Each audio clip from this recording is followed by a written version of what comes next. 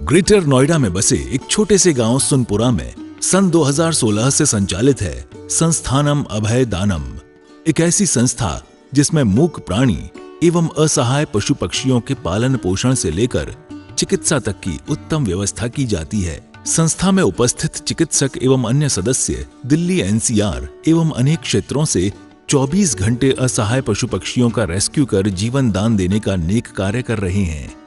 संस्था में ज्ञान दानम गुरुकुल भी चलाया जा रहा है, जहां छोटे बच्चों को लौकिक शिक्षा के साथ जैन धर्म एवं जीवन उपयोगी संस्कार भी दिए जा रहे हैं।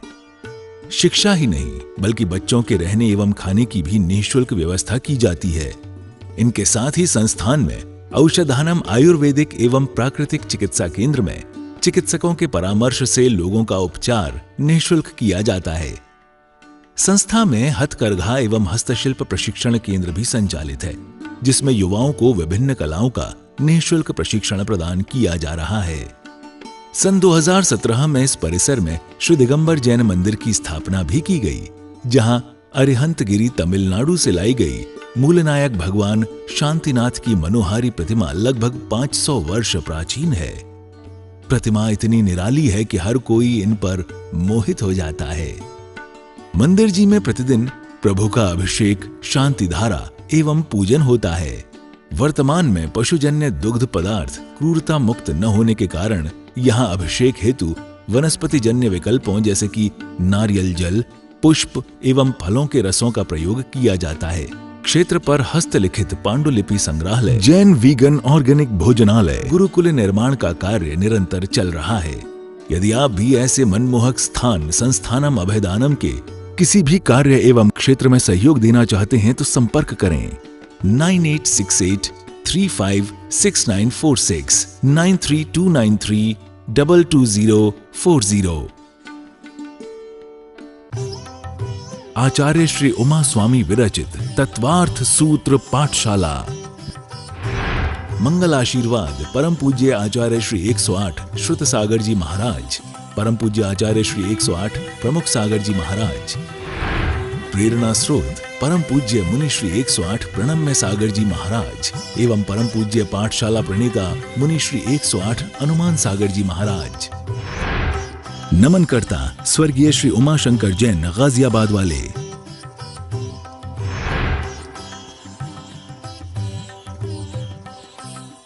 जीव जहां जाए उसके साथ वो अवधि ज्ञान नहीं जाए। ये सब क्या है? क्षयोपशम निमित्तक के प्रकार हैं। किनके प्रकार हैं? जो ये मनुष्यों को और त्रियंचों को होते हैं। अब मनुष्य को किसी को अवधि ज्ञान हुआ, परंतु कौन सा वाला हुआ? अनुगामी वाला, यानी कि वो जो भी मुनि महाराज हैं या जो भी त्रियंच गति के जीव हैं जिनको अवधि ज्ञान हो गया, और ऐसा वाला अवधि ज्ञान हुआ क्षयोपशम निमित्त से कि वो जहां पर भी जा रहे हैं उनको याद है अब पिछले अगले भव का। जैसे तीर्थंकरों को हुआ, उनको समोसरण उनका जहां पर भी लग रहा है, वो तो वैसे तीर्थंकर समोसरण केवल ज्ञान के बाद है, लेकिन उससे पहले की स्टेज में भी अगर वो जहां पर भी जाएंगे तो उनको सब जगह इस ढाई द्वीप में वो कहीं पर भी जहां पर भी जिस भरत क्षेत्र में है, मान लीजिए तो आर्यखंड में गए तो वहां पर उनको वो ज्ञान रहा। ऐसे ही किसी भी जीव को मान लीजिए हो गया अवधि ज्ञान किसी भी कारण से, तो अगर वो जीव क्षेत्र की सीमा में है कि इस क्षेत्र तक ही वो अवधि ज्ञान है, तो उसको क्या बोलेंगे? अनुगामी, यानी कि उस क्षेत्र के बाहर जैसे ही जाएंगे तो अवधि ज्ञान नहीं रहेगा। जैसे ही उसी क्षेत्र के उस सीमा के अंदर हैं तभी रहेगा, है ना। अब जो आगे 3 लोक का वर्णन पढ़ेंगे तीसरे चौथे अध्याय में, तो सारे जीव जो ढाई द्वीप के हैं वो ऐसे ही सब जगह नहीं जा पाते। सबकी अपनी अपनी सीमा है, हर एक का विदेह क्षेत्र है, कहीं जम्मू द्वीप है ना, उसमें भी अंदर अंदर बहुत सारे क्षेत्र हैं, आर्यखंड है, मलेच्छ खंड है। तो क्षेत्र की सीमा के हिसाब से रहता है कि जिस क्षेत्र में वो जीव जाएगा वहां साथ साथ अगर जा रहा है तो क्या बोलेंगे?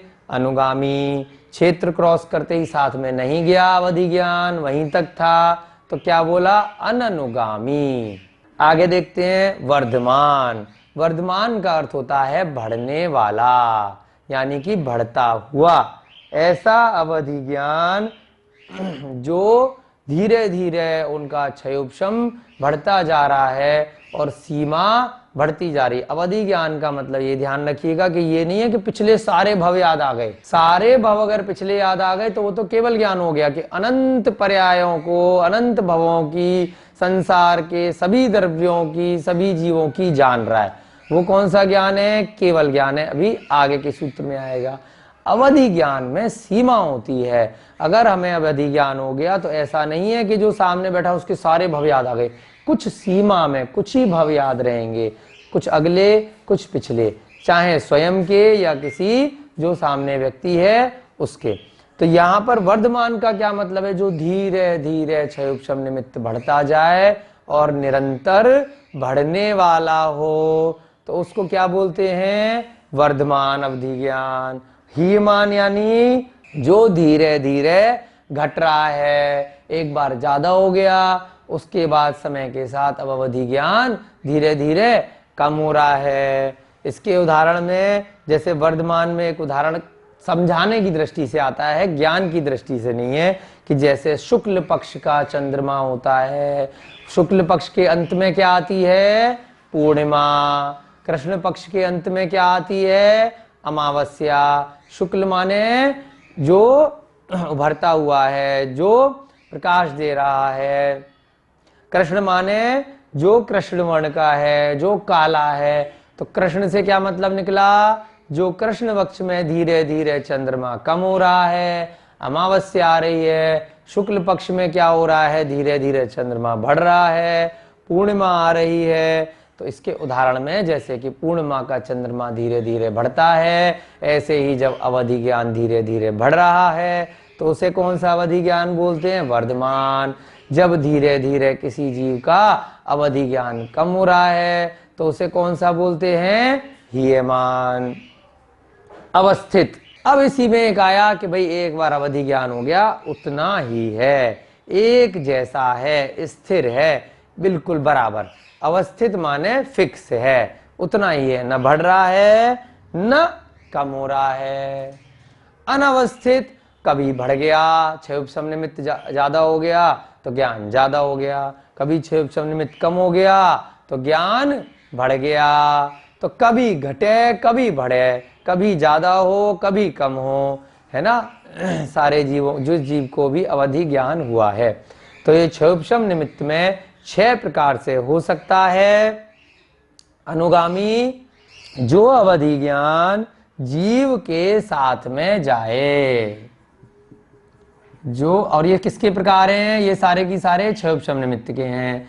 इनमें ये चक्कर नहीं है जो देवता और नारकी हैं उनकी जो स्वर्गों की सीमाएं हैं, जब आप त्रयोपनिषद ग्रंथ में पढ़ेंगे तो उसमें हर स्वर्ग की बाकायदा आचार्य महाराज अति वृषभ ने बताई है कि कौन से पटल पर उनका जन्म हुआ है, कौन से विमान में उनका जन्म हुआ है देवताओं का, तो उसके हिसाब से उनकी सीमा रहती है ना। जैसे कि असुर कुमार जाति के देवों का आपने 6 डाला में उदाहरण पढ़ा होगा कि वो तीसरे नरक तक जाकर मारते हैं जीवों को, बदला लेते हैं, पढ़ा है ना आपने 6 डाला में। तो उनकी सीमा कहाँ तक है असुर कुमार जाति के देवों की?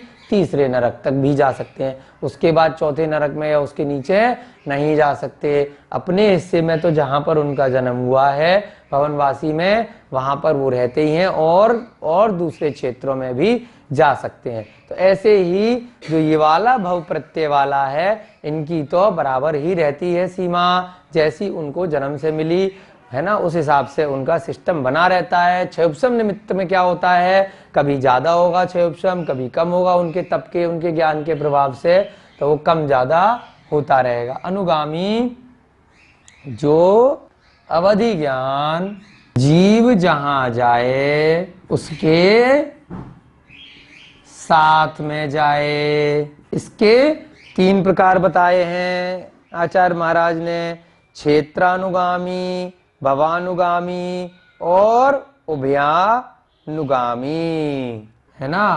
क्षेत्रानुगामी, नुगामी, संधि कर दी। दूसरा भवा नुगामी, तीसरा उभया नुगामी। इसका विपरीत क्या हो गया? अननुगामी, यहां बीच में न लगा दिया।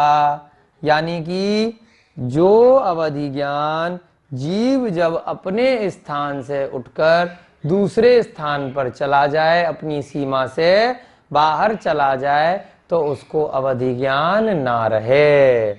जो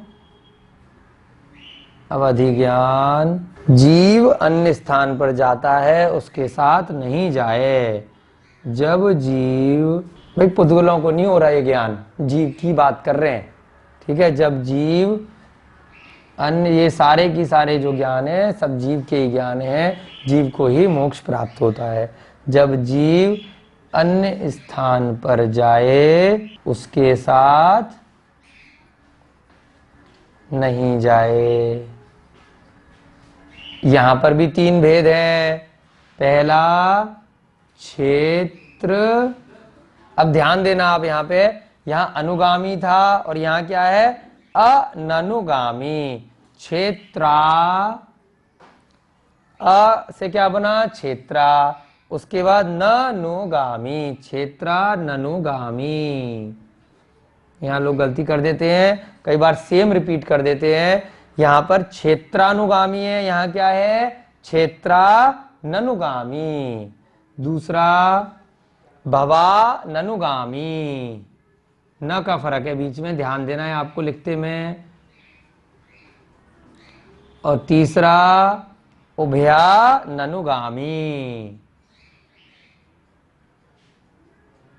इस प्रकार से ये तीन भेद हैं। इसमें उदाहरण आता है अनुगामी में, जैसे सूर्य का प्रकाश एक स्थान से दूसरे स्थान पर जा रहा है तो वो क्या हो गया?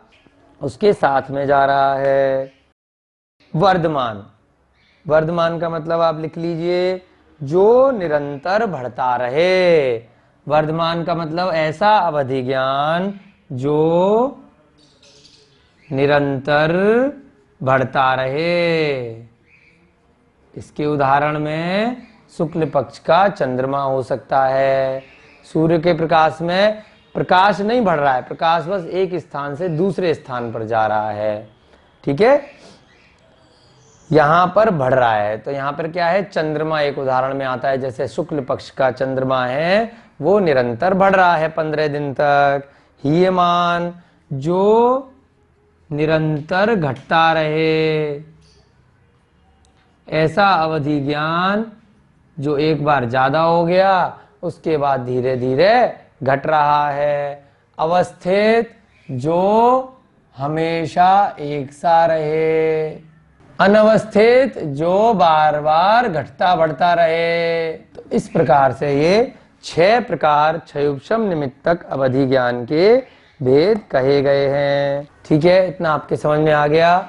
अब इसमें ये जो तत्वार सूत्र है, यहाँ पर अवधि ज्ञान के आचार्य उमा स्वामी महाराज ने 2 भेद कहे, भव प्रत्यय और क्षयोपशम निमित्तक। क्षयोपशम निमित्तक के 6 भेद कहे, वो इस प्रकार से हैं। परंतु क्योंकि हम तत्वार सूत्र को बहुत अन्य अन्य ग्रंथों से समझ रहे हैं, तो कुछ ग्रंथों में ये जो भव प्रत्यय के बाद में क्षयोपशम निमित्तक अवधि ज्ञान है और ये जो अवधि ज्ञान है, इसके 3 भेद कहे गए हैं। जैसे कई बार अलग अलग दृष्टि से हमने तत्वों की चर्चा करी थी, तो तत्वों में भी, सम्यक दर्शन में भी अभी इसी अध्याय में अलग अलग प्रकार से 7 तत्व कहे, उसको समझने के लिए अलग अलग तरीके बताए।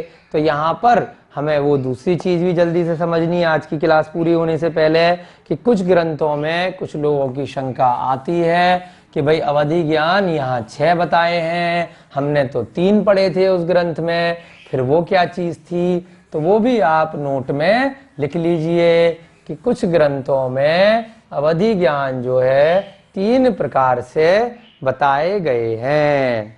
कौन कौन से, उसको बताने का तरीका अलग है, बात वही है। देशावधि, परमावधि और सर्वावधि। नोट में आप लिख सकते हैं। कुछ ग्रंथों में, वो भी सब कौन से ग्रंथ चल रहे हैं, ये द्वादशांग के आधार से हमने क्या देखा था अभी। एक तो था अंग प्रविष्ट जो द्वादशांग हैं, और अंग बाह्य। तो वर्तमान में हम जितने भी चीजें पढ़ रहे हैं वो सब अंग बाह्य हैं। तो अंग बाह्य के अंदर कुछ ग्रंथों में अवधि ज्ञान जो है कितने 3 प्रकार का बताया है। कुछ ग्रंथों में अवधि ज्ञान 3 प्रकार का बताया है। कौन कौन सा? नंबर 1 देशावधि, परमावधि और सर्वावधि। देशावधि यानी कि देश प्लस अवधि, दूसरा परमावधि, और तीसरा उसके बताने के तरीके हैं। 3 प्रकार से हो सकता है। देशावधि ये सभी को हो सकता है, चारों गतियों में। देशावधि वाला जो है वो चारों गतियों में हो सकता है। देश प्लस अवधि, प्रदेश जहां पर वो रह रहे हैं उसके प्रकार से सभी गतियों में हो सकता है। दूसरा परमावधि अवधि ज्ञान, परमावधि ज्ञान, और तीसरा सर्वावधि। ये 3 भेद से बताए हैं। ये तो चारों गतियों में होगा, और ये मात्र मनुष्य गति में ही चरम शरीरी मुनि को ही होंगे। चरम शरीरी प्राकृतिक वातावरण में स्थित है। यहाँ बहुत सुंदर हसमुख प्रतिमाएं, नेमिनाथ भगवान की, मुनीश्वरत्व भगवान की दर्शन करके मन प्रफुल्लित हो जाता है। यहाँ पे गौशाला चल रही है, पशु पक्षियों के लिए प्राकृतिक वातावरण है, और खाने की भी यहाँ उत्तम व्यवस्था है। बहुत ही अच्छा लगा, बार बार आने का मन कर रहा है। तीर्थंकर लेनी आना चाहिए। सभी जैन बंधु यहाँ पधारे और दर्शन करके अपने आप को कृतार्थ माने, धन्य माने। नदी के अंदर से ये प्रतिमा निकली है, ये पूरा मंदिर नदी में से निकला है। आप सभी को यहाँ के दर्शन करने चाहिए और जरूर से आना चाहिए। यहाँ पे गौशाला और हथकरघा का काम भी चलता है, और बहुत ही अतिशयकारी प्रतिमा है, बहुत ही सुंदर, जिसको देखते ही मन ऐसा करता है कि बार बार यहाँ मंदिर आए और बार बार दर्शन करें। प्रतिमा इतनी अतिशयकारी है कि दोबारा वापस मंदिर फिर दर्शन करने आए हम लोग। आचार्य श्री उमा स्वामी विरचित तत्वार्थ सूत्र पाठशाला।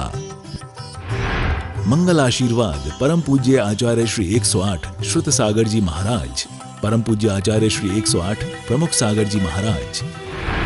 प्रेरणा स्रोत परम पूज्य मुनि श्री 108 प्रणम्य सागर जी महाराज एवं परम पूज्य पाठशाला प्रणेता मुनि श्री 108 अनुमान सागर जी महाराज। नमन करता स्वर्गीय श्री उमाशंकर जैन गाजियाबाद वाले। प्रायोजक ज्ञान दानम गुरुकुल।